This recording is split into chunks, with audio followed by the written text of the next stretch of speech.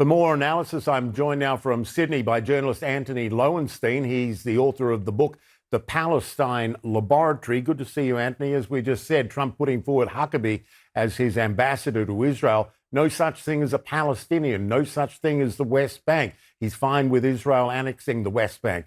Israel's finance minister said Israel should move to full, quote, sovereignty over the West Bank. What do you see happening to the West Bank in 2025? What Trump really is doing here in some ways is solidifying a relationship that has been clear for a while, namely the fusing between Jewish supremacy, which essentially is law of the land in Israel, so essentially essential long-term occupation, indefinite occupation, deep racism against non-Jews, and Christian nationalism or Christian supremacy, people like Mike Huckabee, people around Trump. The idea of those two ideologies fusing, basically religious fundamentalism, means that what will happen to Palestine is an acceleration of what's been going on for a while. Annexation has not formally happened over the West Bank, but in some ways has really been de facto for years. And what does that practically mean? Well, if Israel wants complete control of the West Bank for the roughly 3 million Palestinians who reside there, that means they have to take care of them, their healthcare, their lives, their schools, whereas now there's the nominal control, although it's really a sham, of the Palestinian Authority. So full annexation is Israel has complete control, full occupation. And what that also means is that there's no more possibility of sort of dancing around what we're seeing here. There's only one word for that, which is full apartheid. Yeah. And Israel has for years, right, wanted to claim it's a democracy in the Middle East. Well, by definition, when you annex, you're an apartheid state. Yeah, and if you don't give equal votes to everyone, then it's not a democracy. Even if it seems the Trump administration is okay with annexation, much of the rest of the world isn't okay with it. What effective global resistance might there be to an Israeli move towards annexation, or would a US green light be a done deal with little consequence for Israel? Look, obviously the US is the major player here, but what is possible for other countries to do, including the EU, for example, which is Israel's leading trading partner, is to impose actual tangible sanctions, not just on a handful of radical settlers, which is what's been happening the last few years, but on government ministers.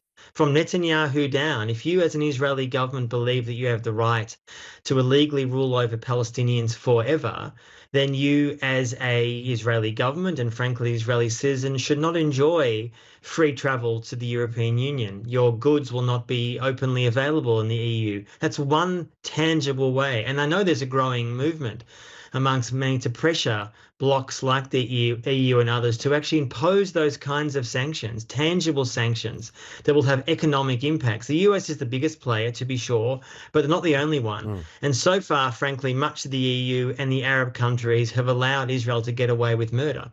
You've often argued that Israel's decimation of Gaza, there's no other word for it, its military actions in the West Bank and so on, do not give Israel security. Do you think that's also the case if annexation of the West Bank goes ahead? And what might that insecurity look like on the ground? One of the things that Israel and its supporters have craved really since 1948, Israel's birth, is credibility. And they have not got that. They haven't got security or credibility. Yes, they have growing numbers of the global far right and the right loving what they're doing, supporting what they're doing, but they don't have that credibility amongst huge numbers of populations around the world, millions upon millions, not least because of what we've all been seeing in the last year plus in Gaza. So that sort of credibility, that sort of stability, that security, they will not have. What does that mean practically? Almost inevitably, there'll be more resistance, more violence, more instability from both within Palestine, but also the region and frankly, globally. Israelis themselves will not feel safe. Jews, such as myself, will not feel safe.